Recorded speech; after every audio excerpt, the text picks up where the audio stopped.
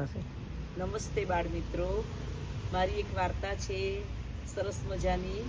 કઠિયારો, એક ગામ હતું. ગામની અંદર એક કઠિયારો રહેતો હતો. કઠિયારો રોજ જંગલમાં જાય અને લાકડા કાપે, પછી બજારમાં વેચી અને એનું ગુજરાન ચલાવે. એક દિવસ કઠિયારાને બહારગામ જવાનું થયું. કઠિયારાને બહારગામ જવાનું થયું એટલે એનો નાના દીકરા ભીખુને એમ થયું કે આજે કેવી રીતે પૈસા આવશે. એ નાની કુહાડી લોખંડની લઈ અને જંગલમાં જાય છે. ત્યાં ઝાડ કાપે છે.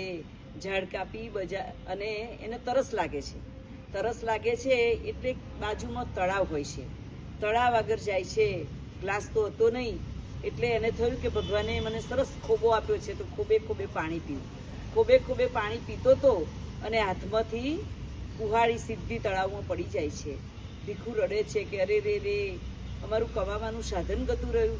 એટલે ખૂબ આજીજી કરે છે, પણ સાચા દિલથી ભગવાનને પ્રાર્થના કરે છે.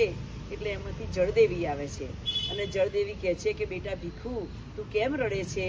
તો કહે છે કે મારી કુહાડી આ પાણીમાં પડી ગઈ છે. તો કે કંઈ વાંધો નહીં. જળદેવી પાણીમાં જાય છે અને ચાંદીની કુહાડી લાવે છે. એટલે ભીખુ કહે છે કે આ કુહાડી મારી નથી.